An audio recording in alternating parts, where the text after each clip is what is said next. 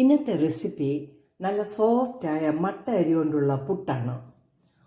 പൊടി വാങ്ങേണ്ട, നനയ്ക്കേണ്ട, ആവശ്യമുള്ളപ്പോൾ കുത്തരി കൊണ്ട് തന്നെ ഉണ്ടാക്കിയെടുക്കാവുന്നു. ഈ റെസിപ്പി എൻ്റെ കസിൻ സൂസൻ പറഞ്ഞു തന്നതാണ്. പുട്ടുപൊടി കൊണ്ട് ഉണ്ടാക്കുന്നതിനെക്കാട്ടി വളരെ സോഫ്റ്റായിട്ട് നമുക്ക് ഈ പുട്ട് ഉണ്ടാക്കിയെടുക്കാം. എല്ലാവരും ഇഷ്ടപ്പെടുന്ന ഈ പുട്ട് നമുക്ക് വീഡിയോയിലൊന്ന് ഉണ്ടാക്കുന്നത് കാണാം. പുട്ടുണ്ടാക്കുന്നതിന് ഒരു 1/4 കപ്പ് അരി ഞാൻ എടുത്തു വച്ചിരിക്കുകയാണ്. ഇത് നന്നായിട്ട് കഴുകി നമുക്ക് രാത്രി മുഴുവൻ സോക്ക് ചെയ്ത് വെക്കാം. നമുക്കിതൊന്ന് കഴുകിക്കൊണ്ടുവരാം. നന്നായിട്ട് കഴുകിയ അരിയിലേക്ക് നമുക്ക് വെള്ളമൊഴിച്ച് വെക്കാം.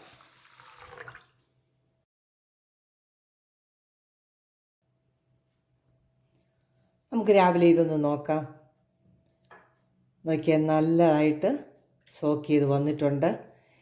ഇതിൻ്റെ വെള്ളം നമുക്ക് ഊറ്റിക്കളഞ്ഞൊരു 15 മിനിറ്റ് വാലയ്ക്ക് വെക്കാം. നല്ല ഹെൽത്തി ആയിട്ടുള്ള തവിടൊക്കെ ചേർന്നിട്ടുള്ള നല്ല പുട്ട് നമുക്ക് ഉണ്ടാക്കിയെടുക്കാം. 15 മിനിറ്റ് കഴിഞ്ഞു. പൊടിച്ചെടുക്കാം. ഒട്ടും വെള്ളം ഒന്നും ഒഴിക്കരുത്. ഞാനിപ്പോൾ ഇതൊരു 1/4 കപ്പേ എടുത്തിട്ടുള്ളൂ. ഇത് 2 പ്രാവശ്യമായിട്ട് നമുക്ക് മിക്സിയുടെ ചെറിയ ജാറിൽ നമുക്കൊന്ന് പൊടിച്ചെടുക്കാം. കൂടുതൽ അരിയിട്ടാൽ പല പ്രാവശ്യം പൊടിച്ചെടുക്കണം.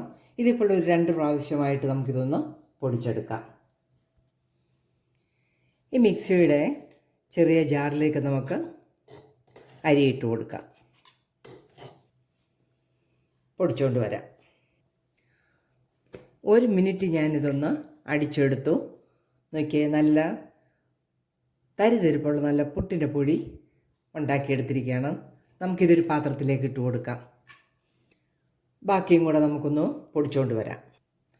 രണ്ടാമത്തേത് നമ്മൾ പൊടിച്ചെടുത്തു. അതും കൂടി ഇതിനോട് ഇട്ട് കൊടുക്കാം. മട്ട റൈസിൻ്റെ അരി നമ്മൾ പൊടിച്ചെടുത്തിരിക്കുകയാണ്. നല്ല പുട്ടിൻ്റെ പരുവം തന്നെ ആക്കിയിരിക്കുകയാണ്. 1 മിനിറ്റ് നമ്മൾ ഈ അരി ഒന്ന് പൊടിച്ചെടുക്കണം. എന്നാലേ നമ്മുടെ പുട്ടിൻ്റെ പരുവാകത്തുള്ളൂ. ഇതിലേക്ക് നമ്മൾ ഒരു 1/2 ടീസ്പൂൺ ഉപ്പ് പൊടിയും കൂടി ഇട്ട് കൊടുത്തിട്ട് പൊടിയൊന്ന് നമുക്ക് ഇളക്കി കൊടുക്കാം. നമ്മുടെ പുട്ടിൻ്റെ പരുവത്തിന് ഇങ്ങനെ നമ്മളൊന്ന് പിടിക്കുമ്പോൾ ഇങ്ങനെ ഈ പരുവത്തിലുള്ളതാണ് ശരിക്കും പുട്ട് നനഞ്ഞിരിക്കുന്നത്. നമ്മൾ വെള്ളമോ ഒന്നും ചേർത്തതല്ല. ഇതിലേക്ക് നമുക്ക് തേങ്ങ ഇട്ട് വേണമെങ്കിലും പുട്ടിലേക്ക് ചേർക്കാം, അല്ലെങ്കിൽ ലെയറായിട്ട് നമുക്ക് ചേർക്കാം. ഞാനിപ്പോൾ ഇതിലേക്ക് തേങ്ങ ഇട്ട് കൊടുക്കുകയാണ്.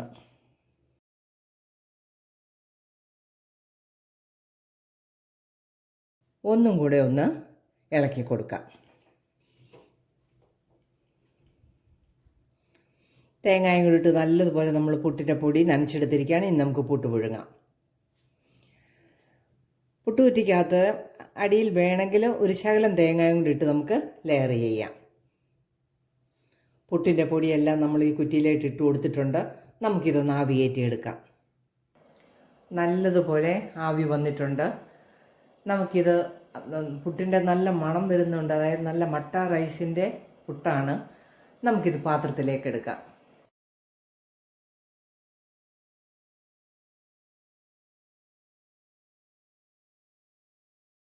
നമുക്ക് ബാക്കിയുള്ളതും കൂടി ഒന്ന് ആവി കയറ്റിയെടുക്കാം.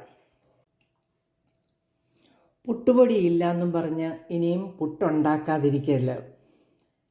നല്ല സോഫ്റ്റായിട്ടുള്ള പുട്ട് റെഡിയായിരിക്കുകയാണ്. എല്ലാവർക്കും ഈ പുട്ട് ഇഷ്ടപ്പെടും. നല്ല ടേസ്റ്റുമാണ്. നല്ല മട്ട അരിയുടെ പുട്ടാണ് നമ്മൾ റെഡിയാക്കിയിരിക്കുന്നത്. നമ്മൾ ഏത് ബ്രാൻഡ് പൊടി വെളിയിൽ നിന്ന് വാങ്ങിച്ച് അതുകൊണ്ടുണ്ടാക്കുന്ന പുട്ടിനേക്കാൾ ഒത്തിരി സോഫ്റ്റാണ് ഈ പുട്ട്. പുറത്തുനിന്ന് ഇനി വാങ്ങിക്കാതെ ഇതുപോലെ പുട്ടിനി ഉണ്ടാക്കിയാൽ മതി. ഈ റെസിപ്പി ഇഷ്ടമായ ലൈക്ക് ചെയ്ത് സപ്പോർട്ട് ചെയ്യാൻ മറക്കല്ലേ. നല്ല വീഡിയോയുമായിട്ട് വരുന്നത് വരെ ബൈ.